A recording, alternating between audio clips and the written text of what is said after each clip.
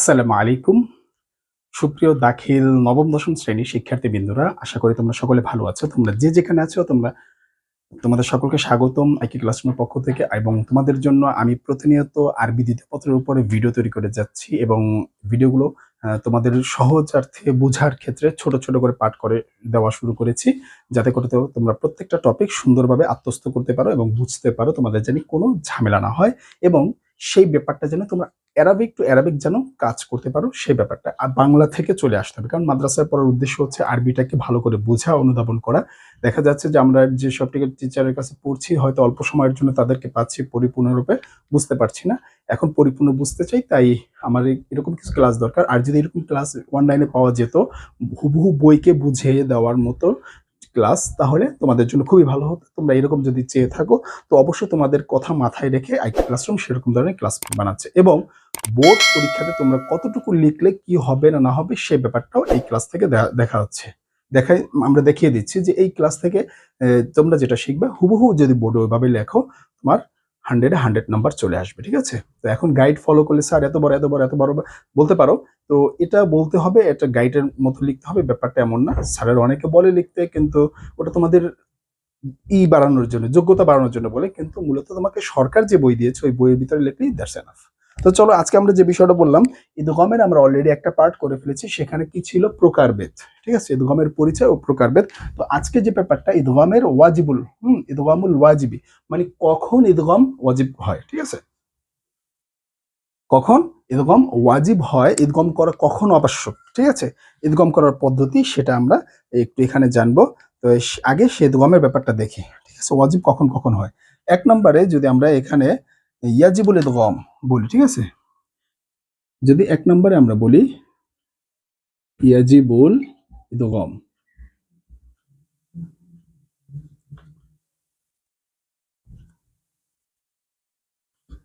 ইয়াজিবুল ইদগম ফি হারফাইন, feel হারফাইন।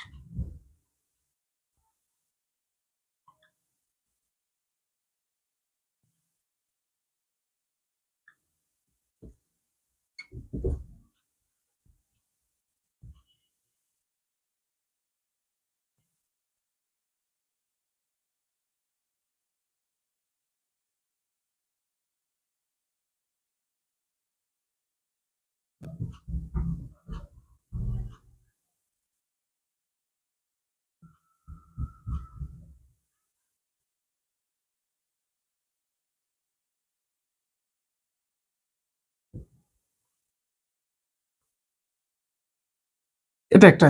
তো এখন আসি, আমরা দেখি এখানে কি বলছে। যে এখানে যেটা বলেছে যে ইয়াজিবুল ইদগম, ইদগম এক নাম্বার, যেটা আমরা এক নাম্বারটা একটু ভালো করে সুন্দর করে বক্স করে বুঝিয়ে দিই, যাতে করে বুঝতে কষ্ট না হয়। তো এখন এখানে আমরা যে দেখবো, ইদগম ওয়াজিব হয় দুই কারণে। এক নাম্বার বলছে যে ইয়াজিবুল ইদগম, ইয়াজিবুল ইদগম, ইদগম ওয়াজিব হয়, আবশ্যক হয়। ইদগম কখন করতে হয় সেটা বলছে, যে ইদগম আবশ্যক হয় ফি হারফাইনি, ফি হারফাইনিল মুতামাসিলাইনি, দুটি হরফ একই ধরনের হলে, দুটি হরফ একই ধরনের হলে ইদগম ওয়াজিব হয়। ইয়াজিবুল ইদগম, ইদগম ওয়াজিব হয় ফি হারফাইনিল মুতামাসিলাইন, দুটি হরফ একই ধরনের হলে। এটা কোথায়? একই শব্দে যদি দুটি হরফ পাশাপাশি একই ধরনের হয়, তাহলে ইদগম ওয়াজিব হয়। এখানে উদাহরণ আমি অলরেডি লিখে রেখেছি। আবার কি? আও মুতাকারিবাইন, অর্থাৎ নিকটবর্তী বা নিকটবর্তী মাখরাজের কিংবা সিফাতের যদি ওয়ার্ড মানে অক্ষরগুলো এক পাশাপাশি হয় তাহলে তাদের ভিতরেও কি করতে হবে, ইদগম করা যাবে, তখন ওয়াজিব হবে। তাহলে দুইটা ক্ষেত্রে ইদগম ওয়াজিব হয়। তাহলে ইয়াজিবুল ইদগম, ইদগম ওয়াজিব হয় ফি হারফাইনি মানে দুটি হরফের মাঝে, মুতামাসিলাইন যখন দুটি হরফ একই রকম হবে, অথবা আও মুতাকারিবাইন অথবা যখন নিকটবর্তী সিফাতে বা মাখরাজের হবে, এটা হলো এই তখন ওয়াজিব হয়। কখন? যদি, তখন কখন এটা বলছে, যদি ইদা সাকিনা মানে হ্যাঁ একটা সাকিন থাকে, হ্যাঁ আউয়ালান প্রথম হরফটা কি হবে, সাকিন হবে, প্রথম হরফটা সাকিন হবে। হুম, প্রথম হরফটা সাকিন হবে, প্রথম হরফটা কি হবে, ইদা সুকিনা মানে যখন সাকিন হয়, আউয়াল প্রথম হরফ, আউয়ালুন প্রথম হরফ সাকিন হবে, অত হারিক এবং জবর হবে সানি দ্বিতীয় হরফ, অত হারিকা জবরযুক্ত হবে, অত হারিকা মানে কি জবরযুক্ত হবে, এবং ওয়া মানে এবং হারিকা মানে জবরযুক্ত হবে, সানি দ্বিতীয় হরফটি জবরযুক্ত হবে। তাহলে এখানে দ্বিতীয় হরফ আমরা জবর দিব, ঠিক আছে, এখানে দ্বিতীয় জবরযুক্ত হবে, এই যে জবর দিলাম, ঠিক আছে, এখানে জবর দিয়ে দিই, আমরা পেশ না দিই, এটা এসএম না বানাই, পরে বানাই। তাহলে কি করতে বলছে যে ইদা সাকিনা যদি সাকিন হয় আল আউয়াল, তাহলে এই যে প্রথম অক্ষর সাকিন হয়েছে, ইদা সাকিনা যখন সাকিন হবে মানে যদি সাকিন হয় প্রথম অক্ষর, এখানে যদি অর্থে বলবো যখন যদি সাকিন হবে প্রথম অক্ষর, ইদা সাকিন আল আউয়াল প্রথম হরফ সাকিন হবে, যে গেল একই জাতীয় দুটি হরফ, দুটি হরফের মধ্যে কি প্রথম হরফ সাকিন, এখানে শর্ত দিয়েছে, এবং বলেছে ওয়া ওয়াতু হারিকা সানি এবং দ্বিতীয় হরফটা কি হয় হরকত যুক্ত হয়, এই যে দ্বিতীয় হরফটা হরকত যুক্ত, তাহলে কি করতে হবে, এই দ্বিতীয় হরফের হরকতটা প্রথম হরফে নিয়ে বা প্রথম হরফটাকে দ্বিতীয় হরফের ভিতরে তাসদিদ দিয়ে একে অপরকে এরকম ফাররা বানায় ফেলতে হবে। এই দুই ক্ষেত্রে ওয়াজিব। দেখেন এই দুটোটা কি নিকটবর্তী না, দেখাচ্ছ না, দুটোটা হরফ একই জাতীয় না, নিকটবর্তী হলেও কি হবে সেটা আমরা দেখাচ্ছি, যে দুটি হরফ এখানে বলছি ইদগম ওয়াজিব হবে যখন দুটি হরফ একই জাতীয় হবে। হ্যাঁ, দুটি হরফের মধ্যে হতে হবে, দুটি হরফ হয়েছে না ইদগম করার ক্ষেত্রে, দুটি হরফের মধ্যে একই জাতীয় হতে হবে, অথবা নিকটবর্তী। নিকটবর্তী কি, নিকটবর্তী মানে একই জাতীয় মাখরাজ, আমরা 17 মাখরাজ সম্পর্কে জানি, একই জাতীয় মাখরাজ অথবা সিফাত সম্পর্কে।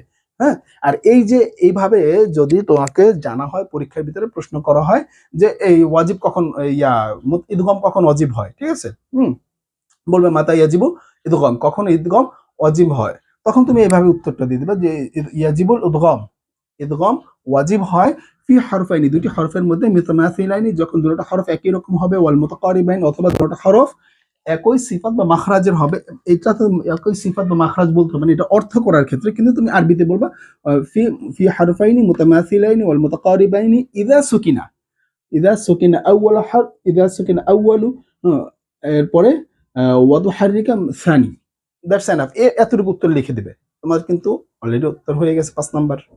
এবার উদাহরণ এরকম একটা দিয়ে দিবে। আচ্ছা, এবার কথা হচ্ছে মুতাকারিবাইনি যদি আমরা একটু বলি, মুতাকারিবাইনের উদাহরণটা আমরা যদি একটু দেখি, এখানে বলা আছে যে মুতাকারিবাইন লাম, দেখো তোমার বইতে লাম ইয়ালআব, লাম ইয়ালআব বাসিম, বাসিমু, ঠিক আছে। আচ্ছা, এখানে